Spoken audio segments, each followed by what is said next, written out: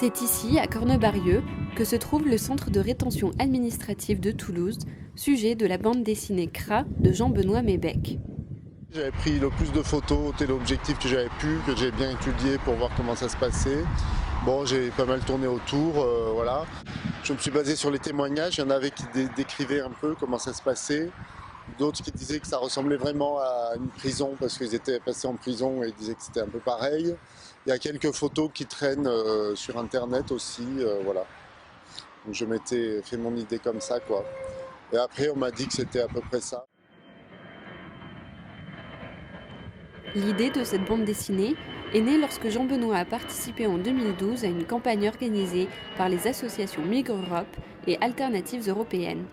L'objectif était alors de faire connaître les centres de rétention administrative au grand public et de demander à visiter le centre, ce qui n'a finalement pas été possible.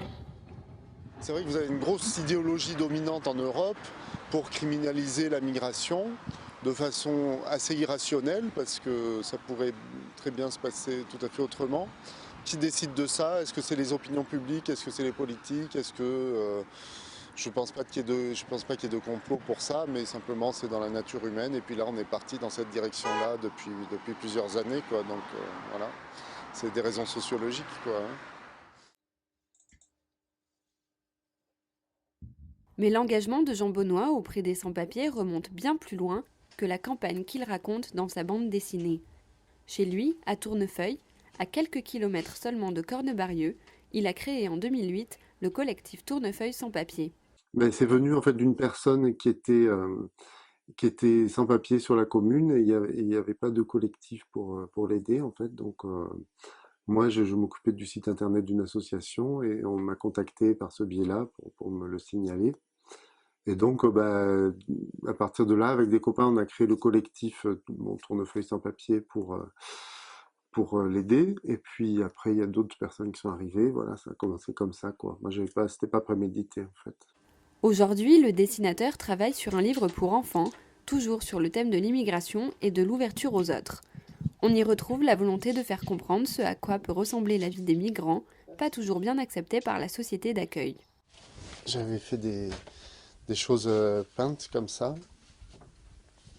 Voilà, mais c'était trop compliqué en fait, un peu trop lourd pour l'histoire, qui est assez lourde elle-même. Donc je me suis dit qu'il fallait peut-être essayer d'alléger ça. Alors j'ai fait pas mal d'essais.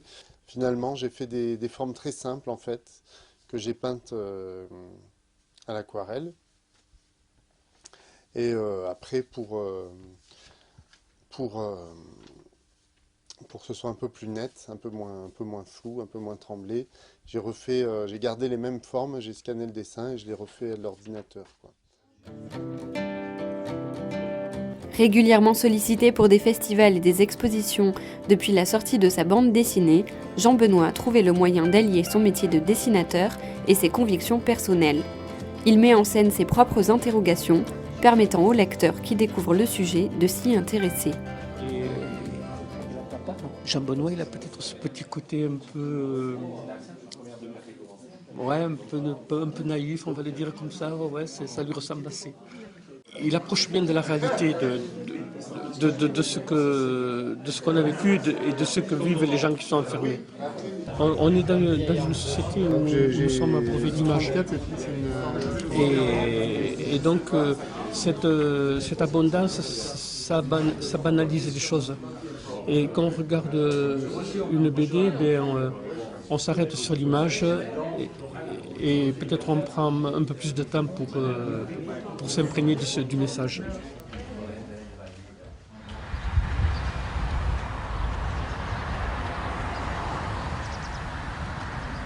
Bon, j'ai bien touché quelques personnes, mais bon, c'est des gouttes d'eau dans l'océan, forcément, hein. Donc voilà, c'est pire qu'un gros chantier, c'est juste que moi je fais ce que je peux, mais je sais très bien que voilà, enfin, je me fais aucune illusion sur mon pouvoir de persuasion.